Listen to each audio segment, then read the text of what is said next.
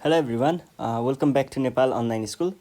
स्वागत छ हजुरहरूलाई क्लास 9को म्याथमेटिक्सको क्लासमा। हामी चाहिँ अहिले क्लास 9को म्याथमेटिक्सको 212 सेसनमा छौँ र अहिले चाहिँ हामी यो ट्राइएङ्गलको relation between sides and angles of triangle भन्ने टपिक पढिरहेको छौँ। यसमा मैले तपाईँहरूलाई 5वटा जति प्रपर्टिजहरू पढाएको थिएँ र अनि त्यस पछाडि हामीले अहिले एक्जाम्पलहरू सल्भ गर्दैछौँ। एक्जाम्पलमा चाहिँ हामीले अगाडिको क्वेसनहरू सर्ट क्वेसन एन्सर अनि एउटा सानो थ्योरम, त्यस पछाडि एउटा लङ क्वेसन एन्सर जस्तो सल्भ गरेको थियौँ है। र आजको सेसनमा चाहिँ हामी यहाँनिर बाँकी रहेको प्रब्लमहरू सल्भ गर्छौँ है त। ल क्वेसन नम्बर 5 देखि स्टार्ट गरौँ। तपाईँहरूले क्वेसन कपी गर्नुहोस्। ए ट्राइएङ्गल has the sides x 2x plus 2 and 3x minus 2 भनेको छ। Find the value of x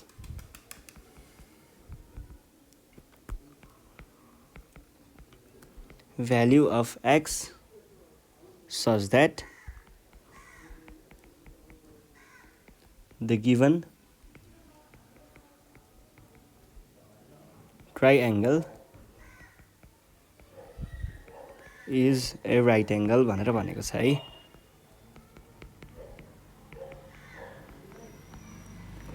ल अब यसमा चाहिँ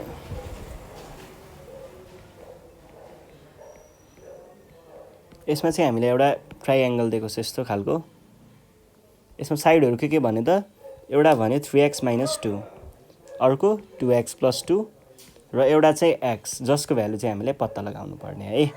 यो p भयो, यो q भयो, यो r भयो। अब क्वेसनले भनेअनुसार चाहिँ के छ, राइट एङ्गल ट्राइएङ्गल छ भने पछाडि त्यो त 90 डिग्री हुनु पर्यो हैन। अब राइट एङ्गल ट्राइएङ्गलमा हामीलाई थाहा भएको एउटा के प्रपर्टी छ भन्दाखेरि जहिले पनि हाइपोटेनसको स्क्वायर भनेको परपेन्डिकुलरको स्क्वायर प्लस बेसको स्क्वायर हुन्छ। यो कुरा त हामीलाई थाहा छ।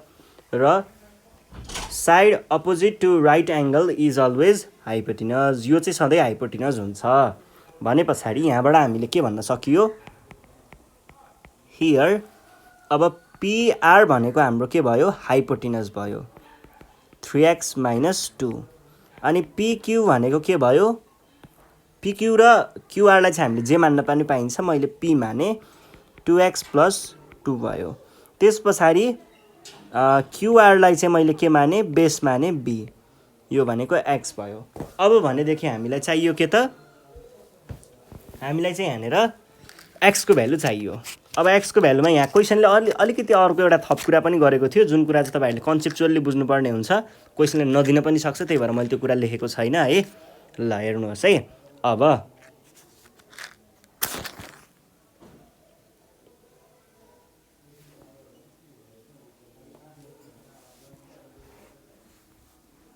यो ट्राइएङ्गलमा हामीले के भन्न पाइयो त, इन ट्राइएङ्गल पिक्युआर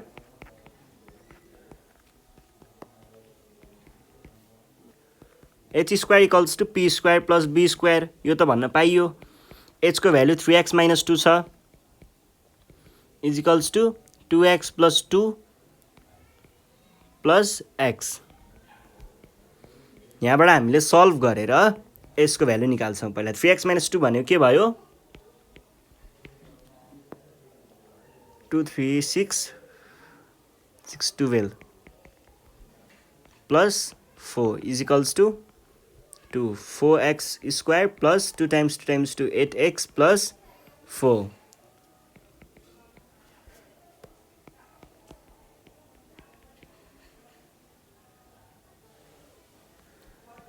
यसलाई पनि यता, यसलाई पनि यता,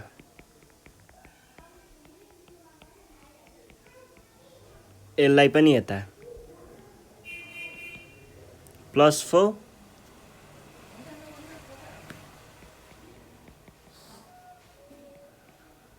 अब यहाँबाट के भन्न पाएँ मैले, 4x स्क्वायर नै भयो, यो भनेको माइनस 20x भयो, इज इक्वल्स टु 0 भयो। यहाँबाट 4x कमन लिन पाइने हो। 4x कमन लियो भने के होला त, यो भनेको 4x गयो, x बाँकी रह्यो, 20 भनेको के हो त, 4 times 5 times x हो। 4 र x त गइसक्यो, बाँकी रह्यो 5। अब यहाँबाट के भन्न सकियो त, यो फोलाई मैले तलपट्टि डिभाइड गर्न लग्यो भने x माइनस 5 इजिकल्स टु 0/4 होला भनेको 0 नै होला फेरि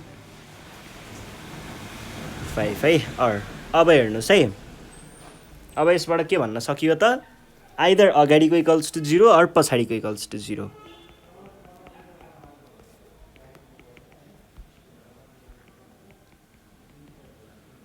यसबाट त x को भ्यालु 0 नै आयो, यसबाट चाहिँ x को भ्यालु 5 आयो। अब x को भ्यालु 0 आउनु भन्नुको अर्थ के हो त, x को लेन्थ 0 हुनु हो। x को लेन्थ 0 हुने बित्तिकै त यो के भयो, यो 0 भएपछि त यो त यस्तो हुन पाएन नि त, यस्तो हुनु पर्यो। अब यो ट्रायङ्गल भयो त, यो त ट्रायङ्गल नै भएन नि।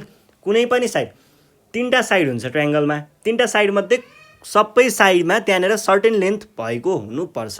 लेन्थ कहिले पनि 0 हुनु पाउँदैन, किन भन्दा तीनटा साइडमा कुनै एउटाको साइडको लेन्थ 0 भइदियो भने त त्यहाँनिर दुईटा साइड जस्तो मात्र त भयो नि, र दुईटा साइडले कहिले पनि ट्रायङ्गल बनाउँदैन। त्यही भएर तपाईहरुले के बुझ्नु पर्यो त भन्दाखेरि यहाँनिर x को भ्यालु 0 हुन पाउँदैन। भनेपछि के भन्न सकियो त हामीले,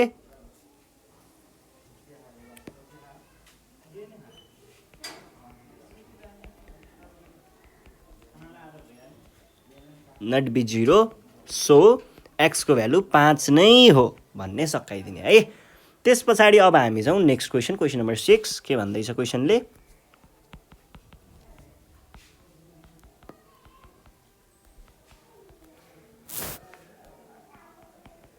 in triangle ABC, angle B is equals to 90 degree.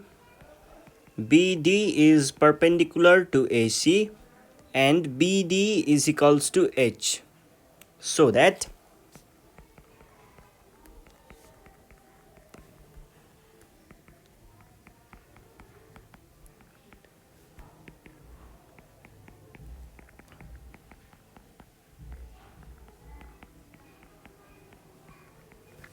ल यो कुरा छ है। अब यसमा हामीले के गर्न सकिन्छ होला त भन्दाखेरि, पहिला त डायग्राम बनाउन सकिन्छ क्वेसनको हैन, त्यस पछाडि के गर्न सकिन्छ छलफल गरौँला।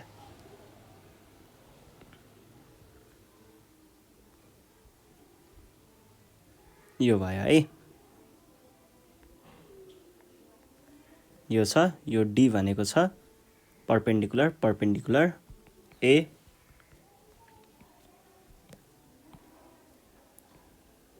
यो B हो यसको लेन्थ, यो बेस भन्न खोजेको हैन है, B चाहिँ भन्न खोजेको हो, र यसको लेन्थ चाहिँ H भनेको छ।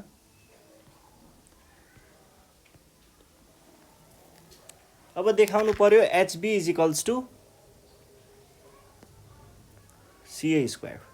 अब यो ट्रायङ्गललाई हामीले कसरी त्यो देखाउन सकिन्छ भन्ने कुरा चाहिँ म तपाईहरुलाई एउटा सानो इलिस्ट्रेसनबाट देखाउँछु है। यो एउटा भयो, त्यही ट्रायङ्गल हो, र यो अर्को भयो, ट्रायङ्गल चाहिँ त्यही नै हो है। दुईटालाई अलिकति सानो पो बनाउनु पर्ने भयो कि,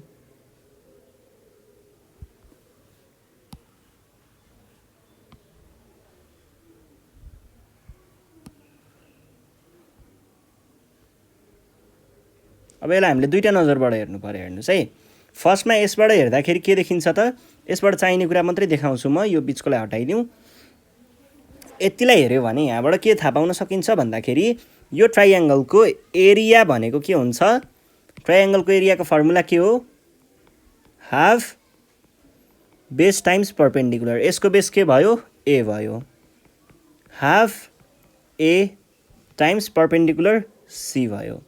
त्यसैगरी यसमा हेर्नु पर्यो, यसमा हेर्नु पर्यो भने यहाँनिर के हुने भयो त, यो यताबाट हेर्दाखेरि चाहिँ यसको एरिया भनेको के भयो, हाफ बेस टाइम्स हाइट हो, जसमा यो हाइट भनेको खासमा के हो, परपेन्डिकुलर हाइट हो है, परपेन्डिकुलर हाइट हुनुपर्छ त्यो चाहिँ। र परपेन्डिकुलर हाइट हाम्रो के छ, यो H चाहिँ हाम्रो परपेन्डिकुलर हाइट हो भने पछाडि बेस भनेको भयो यो B र यो भयो H is equals to 1/2 BH। भनेपछि दुईटाको एरिया के रहेछ, एउटा तरिकाले हेर्दाखेरि हाफ AC आयो, एउटा तरिकाले हेर्दाखेरि हाफ BH आयो। यो हाफ र हाफ क्यान्सल भयो भने AC is equals to BC भन्न पाइयो, सकियो। ल पहिला यो कुरालाई सल्भ गरेर देखाउँ। यहाँ के भन्न सकिन्छ त, हियर इन ट्राइएङ्गल एबिसी एरिया भनेको के हुन्छ, half base times perpendicular height.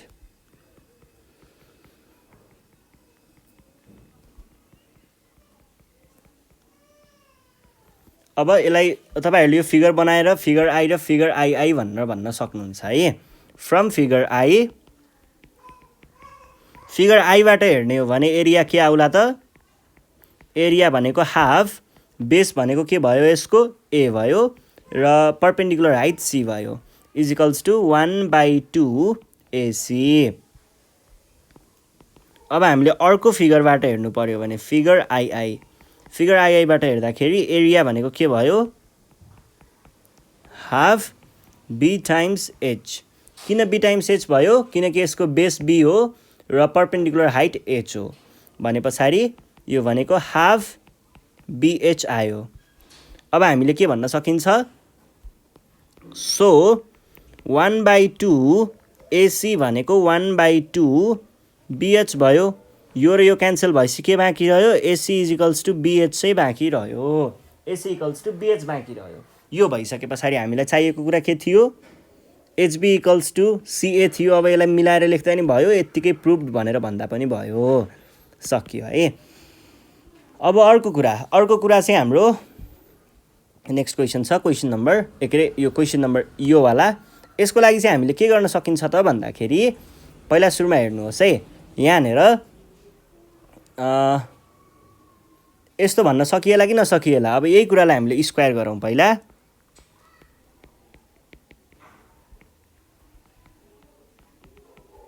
अब यसलाई हामीले पाइथागोरस थ्योरमतिर लगेर जोड्छौँ यही कुरालाई। ए स्क्वायर सी स्क्वायर भनेको बी स्क्वायर र एच स्क्वायरसँग इक्वल हुन्छ। यसमा हामीलाई अब के चाहिएको छ, 1/h square equals to 1/c square plus 1/a square चाहिएको छ है। भनेदेखि मैले के गर्ने भएँ, 1/h निकाल्नु पर्ने भयो पहिला सुरुमा। 1/h निकाल्नको लागि यो यसलाई मैले यतापट्टि क्रस मल्टिप्लाई गरेँ भने यहाँनिर डिभाइड हुन आइपुग्छ, यो चाहिँ बी स्क्वायर हुन्छ। अर यो एसी यो पुरैलाई मैले तलपट्टि फालिदिएँ भने 1/h square equals to B square by A square C square हुन पुग्छ। अब हेर्नुहोस् है, बी स्क्वायर भनेको फेरि के हुन सक्छ त, बी स्क्वायर भनेको हेर्नुहोस् त, यो ट्रायङ्गलबाट हेरौँ, यहाँनिर हेर्नु पर्दाखेरि बी भनेको के छ, सरी यतिमा हेर्दा यो बी भनेको के छ,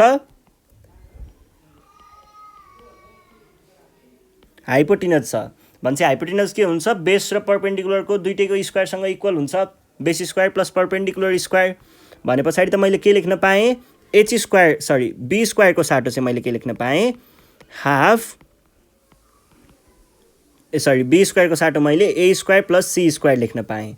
किन पाएँ त, किनकि बी स्क्वायर भनेको परपेन्डिकुलरको स्क्वायर प्लस बेसको स्क्वायर हुन्छ, त्यसैले अर यसमा मैले के भन्न पाउँछु, 1/2।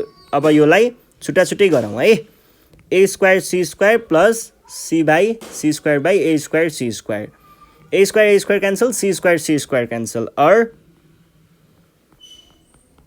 इज इक्वल्स टु के हुने भयो, 1/c स्क्वायर ए स्क्वायर हुने भयो। यही हो हामीले देखाउनु पर्ने कुरा, सकियो है। ल यसरी चाहिँ हामीले प्रुभ गर्छौँ र आज हामी यति नै गर्छौँ। योभन्दा नेक्स्ट सेसनमा चाहिँ म तपाईँहरूलाई यसको एक्सर्साइज चाहिँ सल्भ गराउने छु, त्यसको लागि रेडी भएर बस्नु होला। र यति भन्दै आजको सेसनबाट नेपाल अनलाइन स्कुल बिदा माग्न चाहन्छ। Thank you.